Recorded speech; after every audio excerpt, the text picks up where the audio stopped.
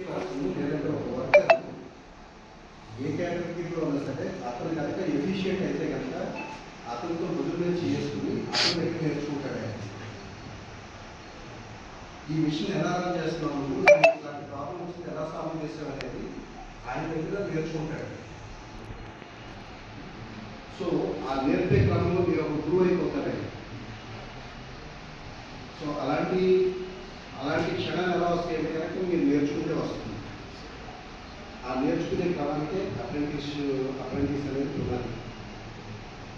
Okay, తర్వాత sir చెప్పినట్టు government job అందరికీ రావడం, అయినా గవర్నమెంట్ జాబ్ చేసే వాళ్ళందరూ కూడా సుఖంగా ఉన్నారు, ప్రైవేట్ జాబ్ చేసే వాళ్ళందరూ కష్టంగా ఉన్నారు అనే ఫీలింగ్ ఈ రోజుల్లో లేదు. మాకు ఒక 10 సంవత్సరాల క్రితం వరకు చూస్తే కనుక స్కూల్ టీచర్స్ బ్యాంక్ జాబ్లో చేసేవాళ్ళు వాళ్ళు చాలా సేఫెస్ట్. టైంకి ఇంటికి వెళ్ళిపోతారు, వాళ్ళకి సెలవులు వస్తాయి, బాగా ఎంజాయ్ చేస్తారు లైఫ్ అనేది ఒక కాన్సెప్ట్ అప్పుడు. కానీ ఇవాళ గవర్నమెంట్ బ్యాంకులో పనిచేసేవాళ్ళు ఈవెన్ ప్రైవేట్ బ్యాంకులో పనిచేసే వాళ్ళకంటే కూడా పరిస్థితి రూపాయలుగా ఉంది.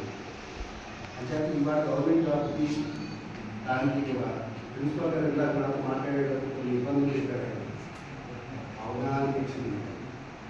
గవర్నమెంట్ జాబ్ చేస్తూ ఒక కాలేజ్ ప్రిన్సిపల్గా ఉన్న మీరు కష్టపడుతున్నారా అని అనిపించింది. సో అది అయితే ఏంటంటే కష్టం అనేది చోట ఉంది, సుఖం అనేది కూడా చోట ఉంది. మీరు అది దృష్టిలో పెట్టుకుని కెరీర్ స్టార్ట్ చేయాలి. మీరు ఏం చేయగలరో చేయండి.